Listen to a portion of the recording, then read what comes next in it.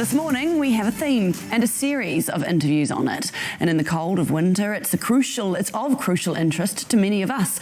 The cost of power. A major shake-up of the country's energy sector is looming as the government is due to respond to the electricity pricing review within weeks. The review found while household costs rose, electricity costs for businesses fell. It also found 100,000 households are experiencing what's called energy hardship, where they're spending more than 10% of their income on power, often leaving them with less than they need for everything else. Joining me now is the Electricity Retailers Association's Chief Executive, Cameron Burrows. Good morning. Good morning. So what are you going to say? This review's obviously looking at trying to make power affordable and fair. It doesn't sound that it's very fair if our households' power prices are increasing while the industries or industrial prices are falling. I mean, the good thing about power in New Zealand is that, yes, particularly in winter, it does feel like power prices are increasing. But internationally, we've actually got relatively cheap power.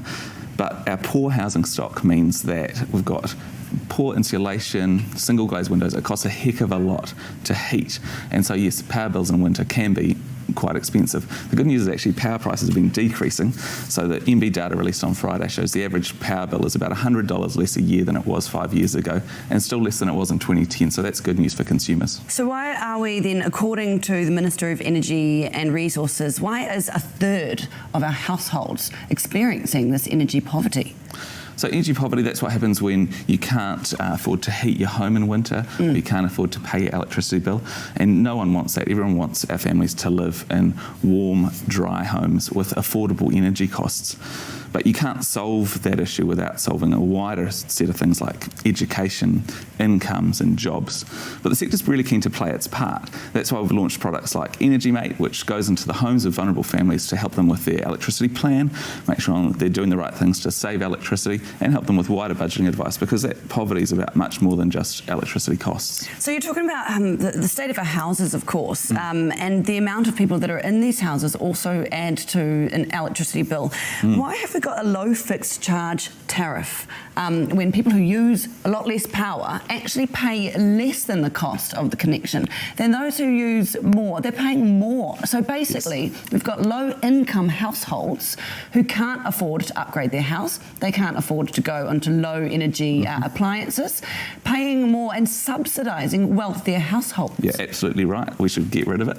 We have an absolute perverse system where big households living in poor quality housing pay more per unit of households than small, often more wealthy households living, say, in an apartment in the centre of town. That's something the government's looking at as part of this review. I sincerely hope that we get it gone. Now, you're working with the government, aren't you, on this education that you're talking about. Can you explain that? So we've been partnering with the government, so the sector and the government's been partnering together to go into the homes of families who are finding it tough to pay their electricity bill. And it's all about helping them in three ways. One is to get on the right plan, because actually you can save about $200 a year if you are moving on to a plan that's right for you. So I encourage everyone to jump on powerswitch.co.nz and check that out. There's also lots of little energy saving tips that you can employ. It's really important this time of year in winter. It's freezing outside, but there's things you can do to cut your power costs so you can really focus on heating. Things like your beer fridge in the garage can cost $150 a year to run, and you've got to ask yourself, is it really worthwhile having it on 24/7? And then we're helping these families with budgeting advice, so understanding how to allocate their costs, making sure where appropriate we're getting in touch with MSD to make sure their benefit payments are right, all those sorts of things to really give them a holistic view. Do you think our most vulnerable families have a beer fridge in their garage? Not every family has a beer fridge in their garage, but there's lots you can do. So switching out your lights. So as part of the program, we go in and provide LED lights, and that saves $100 a year. So you're providing these? Go in and provide LED lights, and everyone should be going in and changing their lights immediately. They pay for themselves within just a couple of months, and they are fantastic. I just need to talk about the prompt payment discounts. Obviously, most of our energy retailers will say that if you pay promptly, you get a discount. But it's actually not a discount. It's the cost of the bill. If you pay it late, you're really getting a payment penalty, aren't you? And usually it's the most vulnerable who are paying the penalty. Does this need to change? So some retailers currently do not have a prompt payment discount. Some do. The government's absolutely looking at that as part of the review. So we'll be kind of waiting with bated breath to see what they come out with and recommend. And I'm sure we'll be able to implement that quickly with whatever they land on. Thank you. That's Cameron Burrows from the Electricity Retailers Association. Thanks very much. So, and Cameron's right, there are larger issues here.